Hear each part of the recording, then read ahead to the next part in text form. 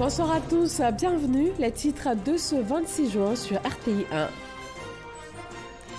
Conseil des ministres ce mercredi au Palais présidentiel. Au menu de la rencontre hebdomadaire, le renforcement du dispositif sécuritaire, le développement durable, la lutte contre la malnutrition et la faim, ainsi que l'encadrement de l'adoption en Côte d'Ivoire.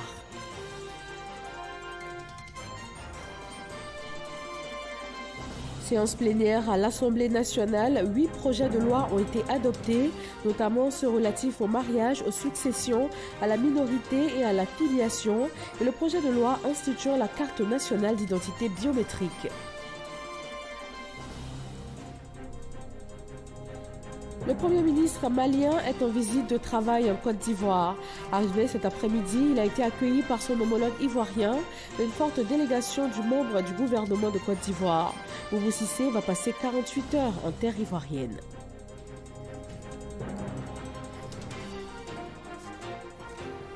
Et puis, les délégations entre le gouvernement de Côte d'Ivoire et l'opposition ont permis la signature d'un accord portant réforme de la commission électorale indépendante. Un accord qui devrait permettre la mise en place d'une CEI consensuelle. Et c'est toujours avec beaucoup de plaisir que nous vous retrouvons pour l'information sur RTI 1. Bonsoir à tous.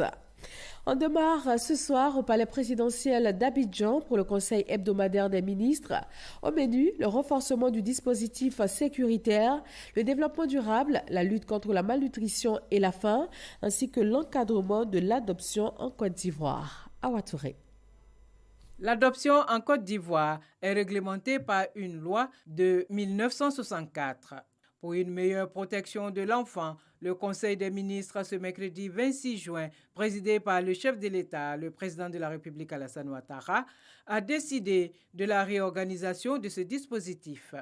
Le présent projet de loi modifie la procédure actuelle d'adoption en vue de garantir suffisamment les intérêts de l'enfant adopté et de le protéger davantage contre toute forme d'exploitation et de traite des enfants. Ainsi, ce projet de loi met l'accent sur la réalité du consentement des parents et la fiabilité des renseignements socio-professionnels des adoptants, notamment en matière d'adoption internationale. À cet effet, le dispositif prévoit un mécanisme de suivi assuré par une autorité centrale, tel qu'exigé par la Convention sur la protection des enfants et la coopération en matière d'adoption internationale en vue d'assurer la régularité des procédures d'adoption. Le renforcement du dispositif sécuritaire, l'aérodrome de Daloa va bientôt abriter une base militaire. Daloa était quand même un siège important pour le dispositif ONUCI lorsqu'il était encore installé en Côte d'Ivoire. Donc nous allons utiliser les infrastructures de ce dispositif ONUCI qui existe par ailleurs. Il y aura une relocalisation de la base aérienne qui existe d'ailleurs à Bouaké sur Daloa, dans un environnement qui permet aux différentes opérations d'être déployées rapidement sur tous les différents théâtres nécessaires. Et puis la Côte d'Ivoire va présenter son rapport sur la mise en œuvre des objectifs du développement durable au Forum politique de haut niveau des Nations Unies sur le développement durable à New York. Le rapport national souligne la mise en œuvre des ODD de façon générale et spécifiquement les 5 ODD retenus cette année, se rapportant globalement à une éducation de qualité, au plein emploi productif, à la réduction des inégalités entre les pays, à la lutte contre le changement climatique et à la promotion de sociétés pacifiques et ouvertes. À l'occasion de la présentation de ce rapport, la Côte d'Ivoire fera le point des efforts techniques et financiers engagés par le gouvernement et les progrès économiques et sociaux réalisés par le pays pour atteindre les ODD à l'horizon 2030. La 3e édition du Forum de la diaspora ivoirienne va se tenir à Abidjan du 15 au 16 juillet autour du thème « Talent et investissement, le rendez-vous de l'emploi et de l'opportunité ». Après ce conseil, le chef de l'État s'est entretenu avec le représentant spécial du secrétaire général des Nations Unies pour l'Afrique de l'Ouest. Les échanges ont porté notamment sur la sécurité dans la sous-région ouest-africaine, une rencontre en marge de la réunion ONU Union du fleuve Mano à Ouattara. Le représentant spécial du secrétaire général des Nations Unies pour l'Afrique de l'Ouest a fait au président de la République Alassane Ouattara le point de la coopération entre l'ONU et l'Union du fleuve Manou, avant d'aborder des sujets d'intérêt commun, les questions nationales et régionales, notamment la sécurité dans la sous-région et la nécessité de renforcer la coordination entre acteurs et partenaires régionaux pour faire face aux défis sécuritaires. La Côte d'Ivoire joue un rôle très vital dans la consolidation de la paix et la sécurité dans la sous-région. Nous avons également échangé sur la situation en Côte d'Ivoire. L'élection présidentielle prévue en 2020 est une étape majeure dans la consolidation de la démocratie et le développement. Tout le monde doit redoubler d'efforts pour que le prochain scrutin présidentiel soit synonyme de succès de la paix pour tout le peuple ivoirien. Le représentant spécial du secrétaire général des Nations Unies pour l'Afrique de l'Ouest a par ailleurs remercié le président de la République pour le rôle que joue la Côte d'Ivoire au Conseil de sécurité des Nations Unies. Et nous poursuivons avec un télégramme officiel de la présidence de la République. Monsieur le Président, la commémoration de la fête nationale de votre pays m'offre l'agréable occasion d'adresser à votre Excellence, au nom du peuple et du gouvernement ivoirien, ainsi qu'en mon nom propre, mes vives et chaleureuses félicitations. J'y joins des vœux choisis de santé et de bonheur pour votre Excellence, ainsi que ceux de progrès continu et de prospérité pour le peuple frère de Madagascar. Je me réjouis de l'excellence des relations d'amitié et de coopération qui existent entre nos deux pays, tout en souhaitant qu'elles se développent et se consolident davantage. Dans l'intérêt de nos populations respectives. Haute et fraternelle considération, c'est signé Alassane Ouattara, président de la République de Côte d'Ivoire, et adressé à son Excellence M. Andry Rajoelina, président de la République de Madagascar. Le Premier ministre malien est arrivé ce mercredi après-midi à Abidjan. En visite de travail et d'amitié en terre ivoirienne, Boubou Cissé aura au cours des 2 prochains jours plusieurs séances de travail avec pour objectif de renforcer la coopération entre le Mali et la Côte d'Ivoire. Sidonie Davila. Pour sa première visite officielle en Afrique, il a choisi la destination Côte d'Ivoire. Le Premier ministre du Mali, le docteur Boubou Cissé, est arrivé ce mercredi à 16h40. Il a été accueilli par une forte délégation des membres du gouvernement que conduisait Amadou Gon Coulibaly, le Premier ministre ivoirien. Cette visite de 2 jours va permettre, selon le Premier ministre malien, de donner un coup d'accélérateur à la relation bilatérale. C'est une visite qui s'inscrit dans une continuité pendant laquelle nous allons faire évoluer, consolider les rapports déjà importants et excellents qui existent entre nos deux pays et voire même les diversifier pour que ça aille au-delà des secteurs traditionnels auxquels nous étions habitués, qui étaient par exemple l'énergie, les transports, pour toucher d'autres secteurs dans lesquels la Côte d'Ivoire a montré un certain dynamisme et puis un avantage comparatif. Mais nous pensons que nous pouvons faire donc encore plus. C'est pour ça que je me réjouis de ce que dans la délégation malienne, ils auront également au niveau de la Côte d'Ivoire leurs homologues, qui sont les opérateurs économiques qui accompagnent donc les membres du gouvernement. Nous avons plusieurs sujets que nous allons donc aborder, et ceci dans l'optique de travailler ensemble pour mieux sécuriser notre région et travailler pour améliorer donc les conditions de vie des populations donc de nos deux pays. Le docteur Boubou Cissé est arrivé en terre ivoirienne avec une importante délégation composée de 4 ministres de son gouvernement et d'hommes d'affaires maliens. Le Premier ministre malien est économiste de formation. Nommé le 22 avril dernier, il succède à Soumelou Boubei Maïga. Et puis une rencontre aujourd'hui même entre les premiers ministres maliens et ivoiriens. La Côte d'Ivoire et le Mali veulent consolider et développer leur coopération. Amadou Gon Coulibaly et Boubou Cissé ont parlé de coopération dans les domaines de la santé et du transport.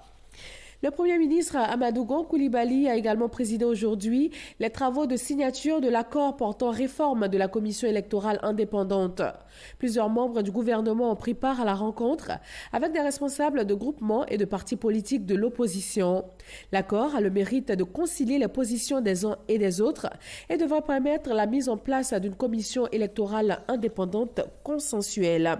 Nous vous proposons à présent quelques réactions de participants après la rencontre. Ce que la LMP a toujours souhaité, c'est que ce pays parvienne, de temps en temps sur des questions majeures, à trouver une entente minimum. Nous avons toujours œuvré pour cela, depuis 2012. Mais il était important qu'on se parle. Parfois, il est plus important de se parler que de parvenir à un accord parfait. Et lorsque vous aurez le contenu de l'accord, vous verrez vous-même que toutes les opinions ont été prises en compte. Nous sommes arrivés à un document final qui consacre les points d'accord et les points de, disons, désaccord, mais au moins qui ont le mérite d'être mentionnés dans un document qui sera transmis au gouvernement pour décision quant à la future composition de la CEI. Le RHDP s'est réjoui du fait que ces discussions se sont passées dans un cadre fraternel, un cadre convivial et surtout dans un esprit de fraternité. Nous avons décidé de participer au développement de la Côte d'Ivoire. C'est plus de 6 séances que nous avons eues avec le gouvernement. Je pense que nous sortons de là très soulagés pour que la Côte d'Ivoire ait une CEI indépendante et une CEI qui puisse mener les élections de 2020 pour qu'il n'y ait pas de difficultés et qu'en fin de compte, on fasse des élections transparentes.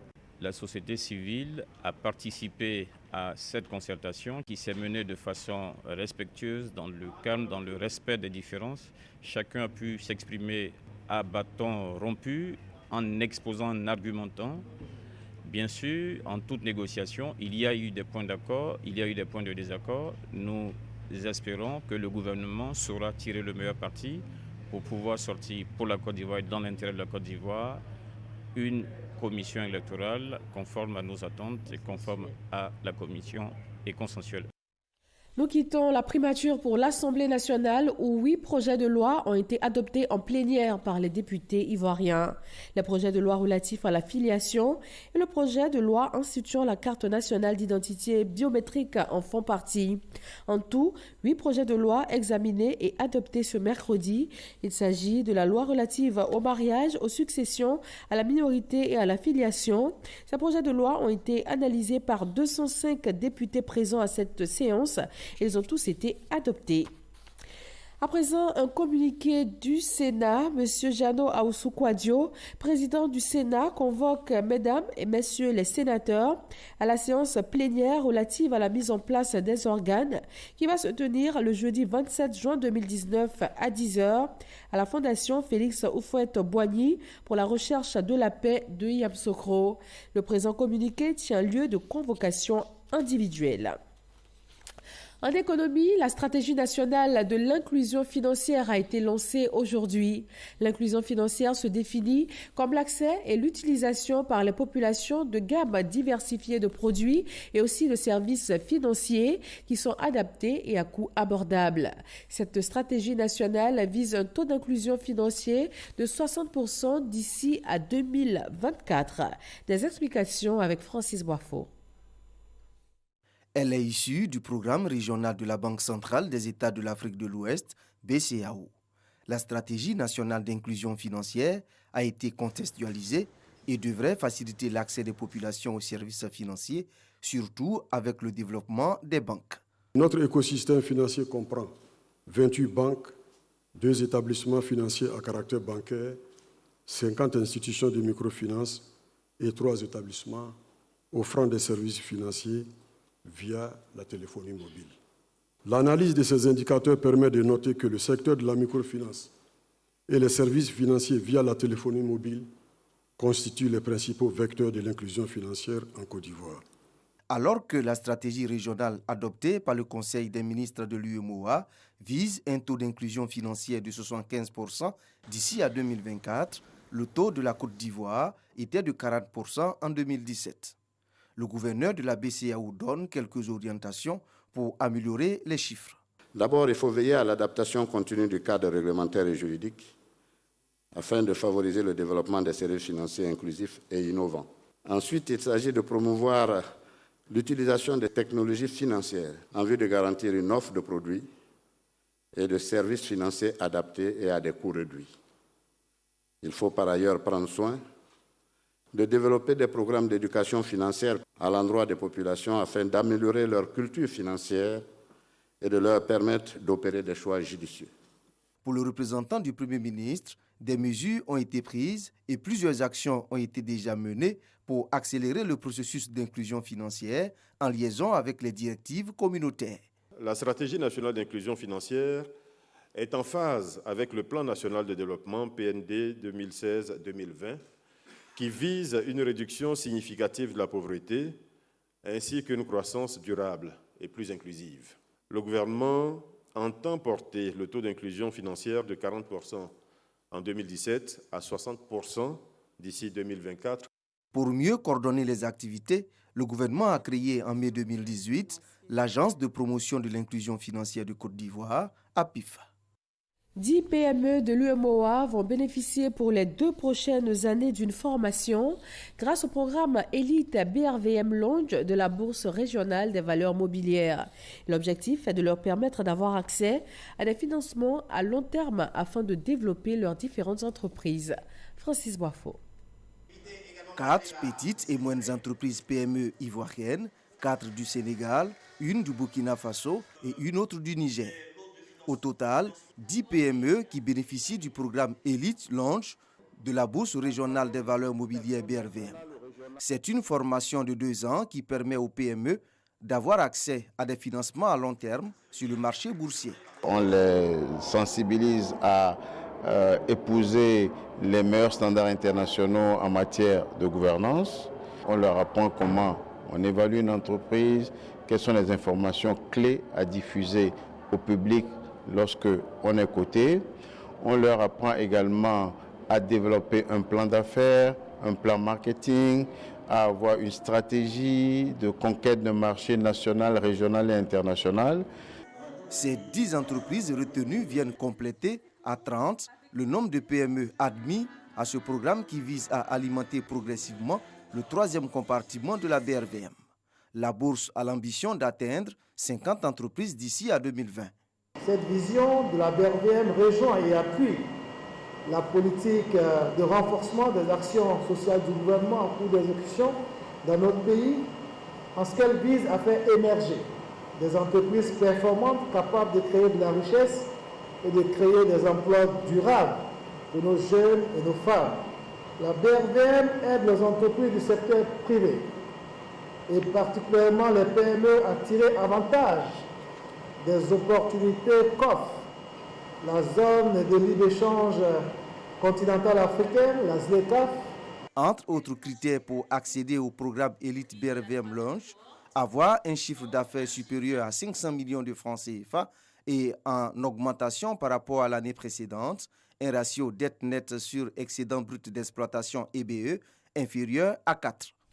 La conférence internationale des contrôles d'assurance et de réassurance forme le cadre de maisons d'assurance africaines. Il est question de leur donner des outils professionnels et aussi de préparer la 37e Assemblée générale ordinaire de la conférence interafricaine des marchés d'assurance. Jean-Jacques Kwame. Ils sont cadres de sociétés d'assurance et ils viennent du Tchad, du Niger, du Bénin et de tous les autres pays membres de la CIMA, la conférence interafricaine des marchés d'assurance. Ici à Abidjan, ils vont renforcer leurs connaissances en matière d'assurance vie et non-vie. L'initiative est de la conférence internationale des contrôles d'assurance aussi carré. Le paiement des sinistres, c'est le rôle essentiel des compagnies d'assurance. Il est donc important que les cadres chargés de ces départements maîtrisent tous les aspects de la gestion des sinistres.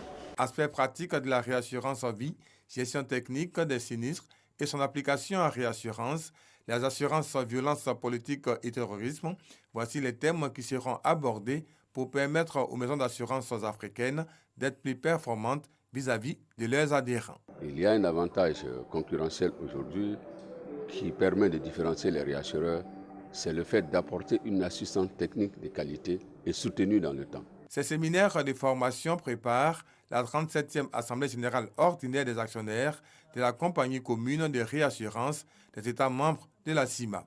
Une assemblée générale qui va se tenir les 27 et 28 juin prochains.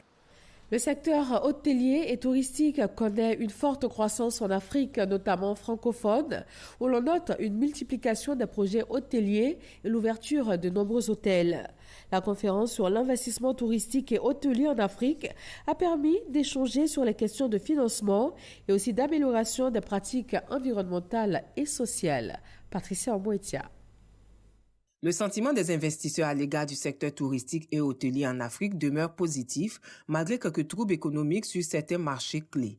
Tous les indicateurs pointent vers une hausse continue de la demande en matière de réservation hôtelière dans un contexte d'expansion économique et du secteur hôtelier dans la région. Selon Germain Oulot de l'école hôtelière de Grand Bassam, nos pays ont pensé tourisme et hôtellerie sans penser à la formation. Il ne suffit pas de venir implanter un hôtel. Il faut venir avec l'idée de pouvoir dégager des fonds de formation du personnel hôtelier. Parce que beaucoup de jeunes gens sont là qui cherchent du travail. Dit-on que l'hôtellerie est pourvoyeuse d'emploi, mais quel type d'emploi?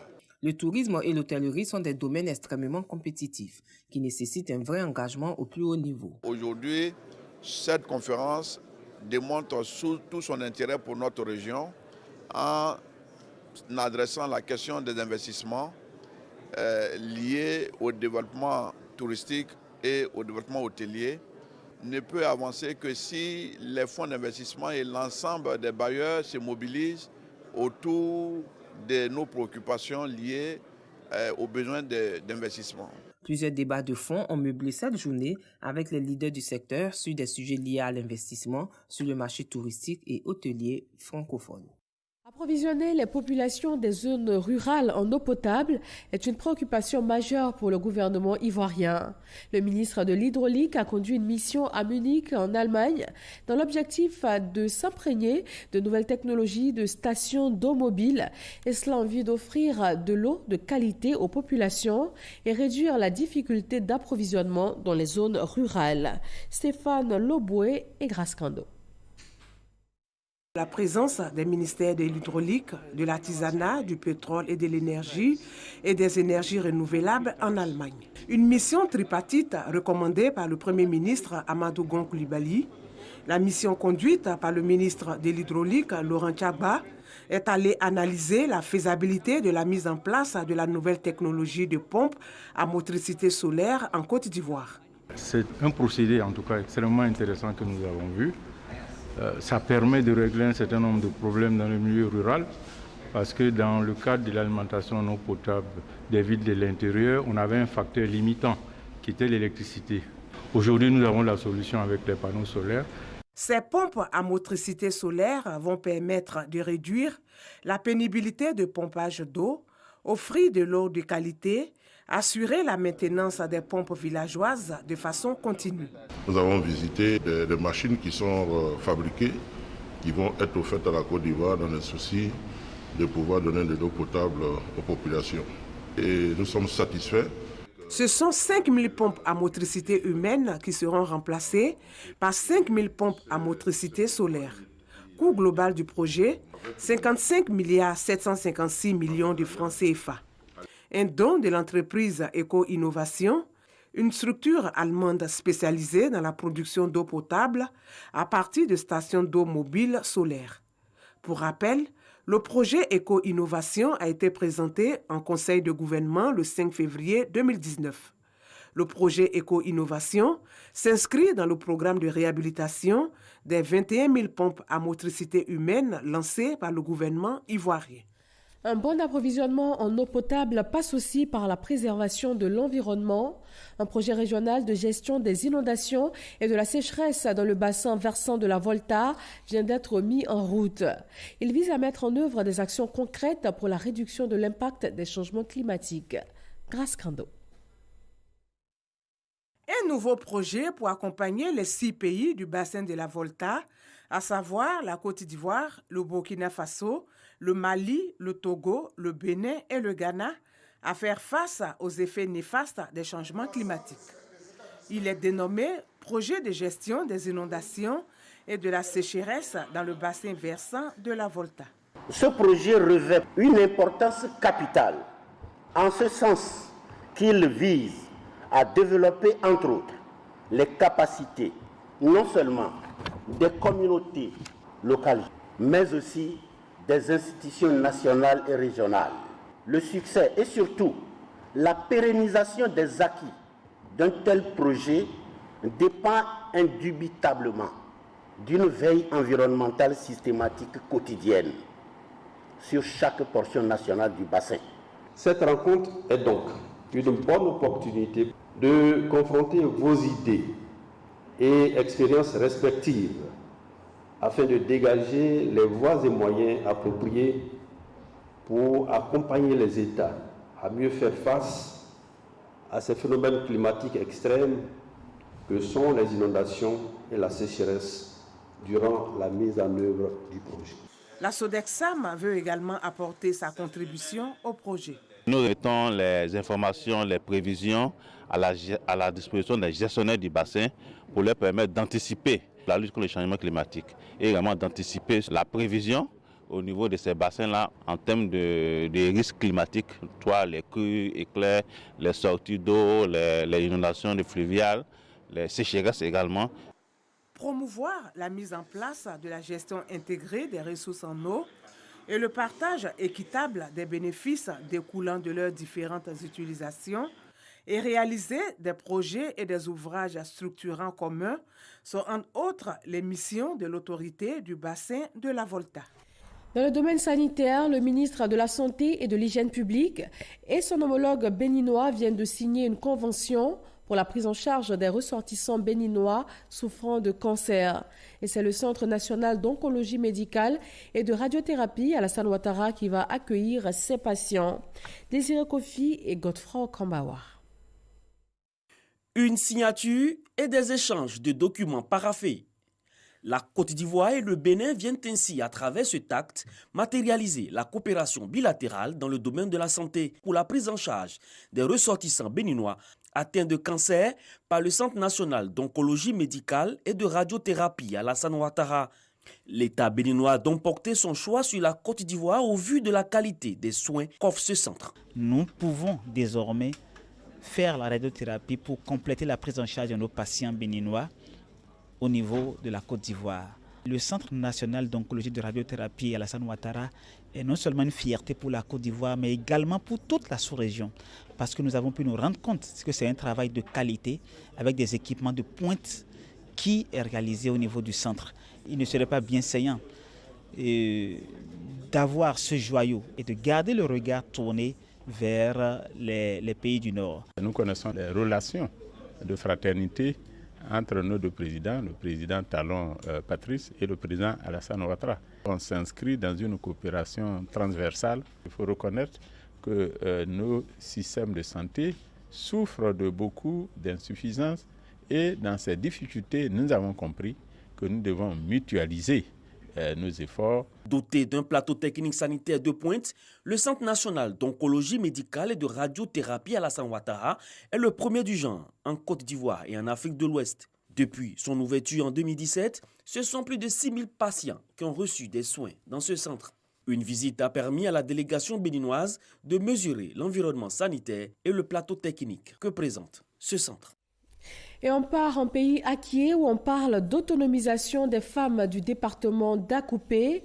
Elles se sont regroupées en associations et elles bénéficient d'un soutien matériel du ministre de l'Équipement et de l'Entretien routier afin de booster leurs activités. Léon Bro. Voici le geste du ministre Amédée Kouakou et de la députée Rosine Asseux qui installe officiellement la présidente départementale des femmes de l'ALDEC, l'Alliance pour le développement du Quetin, un canton acquier d'Akoupé. Cette structure spécialisée de l'ONG, créée en 2013, selon sa présidente, va assurer le volet autonomisation de la femme. À son agenda, des activités génératrices de revenus, dont la production et la commercialisation de vivriers. Nous voudrions appeler ici nos sœurs à adhérer massivement à l'Alliance pour nous permettre de mobiliser les ressources humaines et matérielles nécessaires pour nous mettre au service de nos communautés.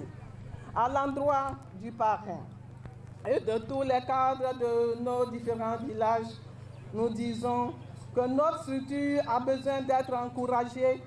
2 tricycles, 5 broyeuses et 10 presseuses de manioc. Réponse du ministre Amédée Kouakou pour booster les activités de l'ALDEC Femmes.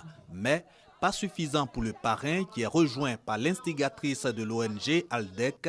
Les femmes devront encore faire montre d'unité, de cohésion et de paix en leur sein pour tirer le meilleur profit de leurs activités. C'est ça le but, faire en sorte que vous ayez les moyens de subvenir à vos besoins et aux besoins de vos enfants. Mettez du cœur à l'ouvrage.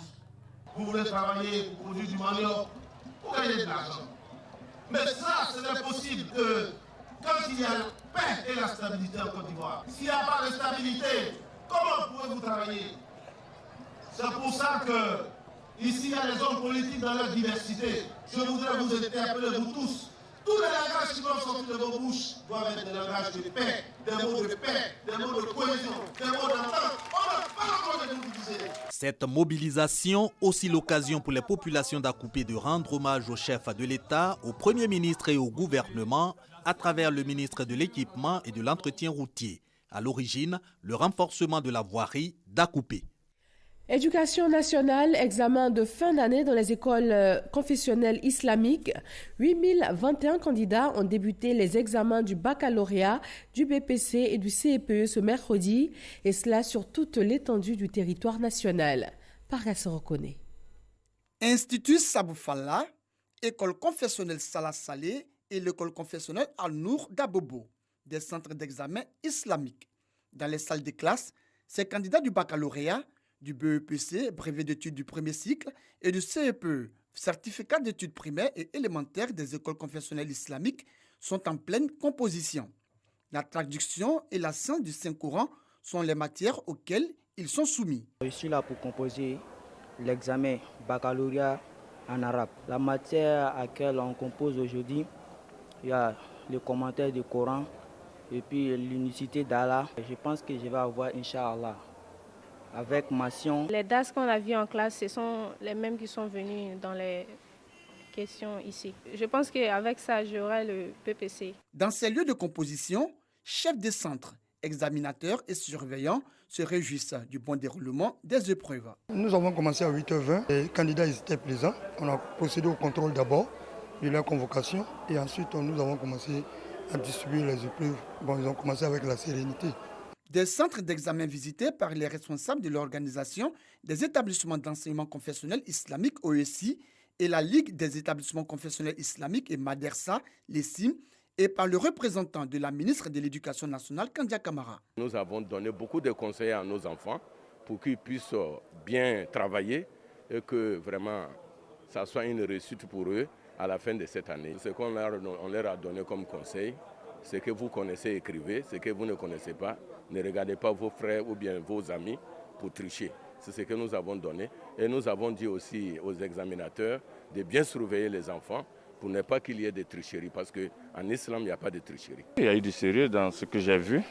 C'est comme tous les examens que nous avons l'habitude de voir. C'est du sérieux qu'ils ont mis dedans. Je pense que ces représentants de ces différentes structures sont à féliciter pour cette organisation-là.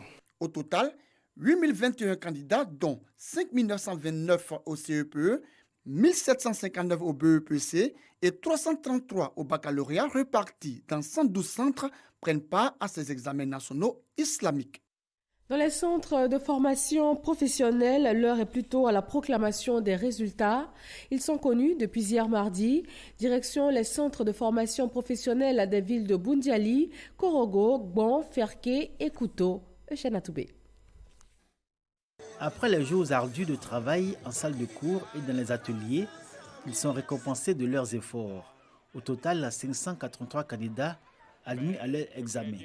Les uns titulaires du diplôme de CAP, certificat d'aptitude professionnelle, et les autres celui du BT, brevet de technicien. Ils forment le contingent 2019 des admis à ces 2 examens pour le compte de l'enseignement technique et la formation professionnelle. Moi, je suis joyeux.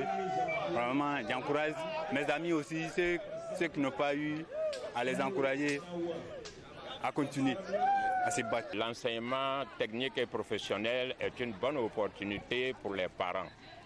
On leur conseille de venir inscrire leurs enfants dans nos différents établissements selon la filière ou la spécialité choisie pour que l'enfant puisse préparer un lendemain meilleur. Cette année 2019, le plus fort taux d'admission est chez les filles. Je suis contente d'avoir mon CAP, j'imagine. Quand mon papa va appliquer, sera. Je suis très heureuse. Je remercie le bon Dieu. Faire en sorte que la question de l'emploi soit résorbée à partir de la formation professionnelle. Nous sommes prêts à encadrer les enfants, nous sommes prêts à les accompagner. Avec ces équipements, nous allons faire encore mieux les années à venir.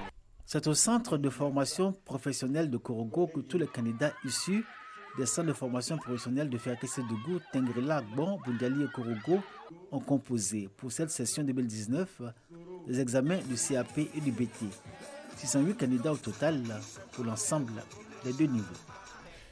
À l'Institut national supérieur des arts et de la culture, ces journées portes ouvertes, les parents, partenaires et autres visiteurs ont pu s'imprégner du savoir-faire des étudiants. Isaïo. Une grande première dans la vie de l'Institut national supérieur des arts et de l'action culturelle, INSAC. Des journées portes ouvertes, théâtre, danse et musique étaient au menu pour montrer le savoir-faire et le génie créateur des étudiants.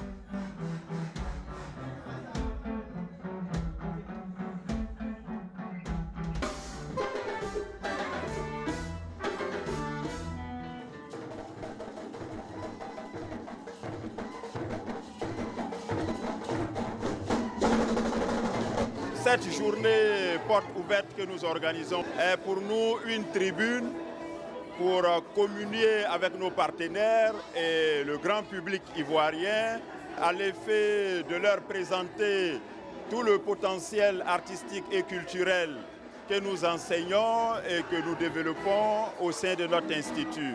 Des prestations appréciées par les partenaires qui ont réitéré leur volonté de continuer à aider l'INSAC dans la formation de qualité. Nous sommes venus découvrir ces belles créations des jeunes gens qui ne sont encore que sur les bancs. Alors, nous prévoyons déjà ce que l'avenir culturel de la Côte d'Ivoire sera. On ne finit jamais d'apprendre et de découvrir avec l'INSAC. Chaque fois que nous venons, nous sommes émerveillés. Créé en 1971, l'INSAC n'est pas très connu par les populations. Cet institut a formé des milliers d'Ivoiriens et d'Africains dans les métiers des arts. L'INSAC n'est pas suffisamment connu des populations ivoiriennes. L'organisation donc de ces journées portes ouvertes permet de présenter le potentiel culturel enseigné ici, mais aussi de faire la promotion des différentes offres de formation. Une visite des stands a permis de voir les réalisations des étudiants en matière de création. Ces journées, le directeur général de l'INSAC compte les institutionnaliser afin de permettre au public de mieux connaître l'établissement. En matière de droits de l'homme, le monde commémore ce 26 juin la journée internationale de soutien aux victimes de torture. Une journée instituée en 1987 par les Nations Unies. Ici à Abidjan, la fondation allemande Friedrich Neumann a marqué l'événement par un plaidoyer pour l'amélioration des conditions de détention. Amadou Ouattara et Théodore Zouzou. Des représentants de la société civile, des membres de l'association chrétienne pour l'abolition de la torture, ACAT, ainsi que des représentants de la fondation Friedrich Neumann et du secrétariat d'État chargé des droits de l'homme, tous présents pour une même cause, l'amélioration des conditions de détention en Côte d'Ivoire. Une occasion pour l'ACAT de faire l'état des lieux des prisons en Côte d'Ivoire. Au départ, la MACA était prévu pour 3 000 détenus. Il faut dire qu'aujourd'hui, nous sommes à un peu plus de 6 000 détenus. La prison de Daloa, par exemple, qui est prévue pour quelques centaines de détenus. Mais aujourd'hui, nous avons quelques milliers de détenus. Face à la situation, l'État a pris des mesures. Désormais, après 18 mois de détention préventive en matière de délit et 24 mois pour le crime sans jugement, le magistrat doit libérer le prévenu. C'est la mise en œuvre de l'ensemble des dispositions du Code de procédure pénale qui va contribuer au désengorgement des prisons. Des innovations majeures relatives à une meilleure organisation des procédures et des organes du procès pénal, à l'institution de nouveaux mécanismes juridiques assurant une alternative à l'incarcération ou à la détention des personnes. La célébration de la Journée internationale de soutien aux victimes de torture est la traduction de l'adhésion des États à la Convention contre la torture entrée en vigueur le 26 juin 1987. Le gouvernement ivoirien a entrepris de nombreuses réformes en matière judiciaire à travers le nouveau code de procédure pénale. Ces réformes se sont concrétisées par la réhabilitation des prisons de Grand Bassam, d'Abengourou, du camp pénal de Bouaké et de la Maka. Sans oublier la construction d'établissements pénitentiaires à Guiglo et à San Pedro. Dans l'actualité politique, une délégation du RHDP est à Dimbokro, dans le centre de la Côte d'Ivoire, pour sensibiliser à la culture de la paix et de la cohésion sociale. À la tête de cette mission de paix, la ministre de la Femme, de la Famille et de l'Enfant, Éric Goré. Le RHDP à Dimbokro pour prôner la réconciliation et la paix. Une délégation conduite par la ministre Liramata Bakayoko a rencontré les différentes communautés qui y vivent, afin de les exhorter au dialogue et au vivre ensemble. Selon la ministre de la Femme, de la Famille et de l'Enfant, l'heure est à la sensibilisation pour une Côte d'Ivoire unie. Par le travail que vous faites, vous avez montré que le président de la République n'était pas trompé en mettant en place la Chambre nationale des rois et chefs traditionnels. Par le travail que vous avez fait, que vous êtes en train de faire auprès des populations, des communautés, pour qu'il y ait la paix, pour qu'il y ait l'entente, pour qu'il y ait la cohésion. Et cela n'a pas de prix. Parce que si le président de la République a pu continuer l'œuvre du président Félix Houphouët-Boigny, l'œuvre de construction de la Côte d'Ivoire, de développement de la Côte d'Ivoire, c'est parce que vous avez œuvré pour qu'il y ait la paix. Sans la paix, sans la stabilité, aucun développement n'est possible. Les échéances de 2020 doivent se dérouler dans la tranquillité et dans le calme. Nous devons permettre à nos enfants de grandir dans la sérénité, a ajouté la chef de la délégation du RHDP qui s'est rendue à Dimbokro. L'Ivoirien Tidiane Thiam vient d'être élu ce mercredi membre du Comité international olympique au cours de la 134e session de Lausanne en Suisse. Premier Africain noir à diriger une multinationale cotée de Londres, le brillant parcours et les compétences de Tidiane Thiam ont motivé ce choix de la commission exécutive du Comité international olympique. Merci à tous de votre attention et à demain soir, toujours sur RTI 1.